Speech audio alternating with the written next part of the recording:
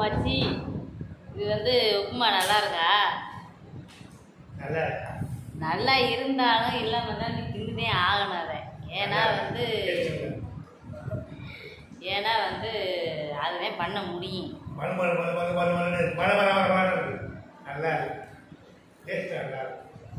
திங்காம கலக்க வேண்டியது என்ன பட்னியா?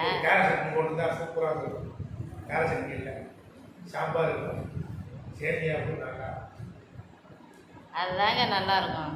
சேமியா போடணும், சாம்பாருக்கு செம்மையாக இருக்கும். நீங்கள் ஒரு நாள் அது மாதிரி வச்சு சாப்பிட்டு பாருங்கள். ஏன்னா வந்து அக்கா வந்து வேலைக்கு போயிட்டு வந்து இது பண்ணுறதே பெரிய விஷயம். மணி என்ன, மணி 9:15 ஆயிடுச்சு. நான் வந்து ட்ரெஸ் எல்லாம் அவ்வளோது கிடச்சி துவைச்சி போட்டு குளிச்சுட்டு அதுக்கப்புறம் சாப்பாடு பண்ணி சாப்பிட்டுக்கிறோம்.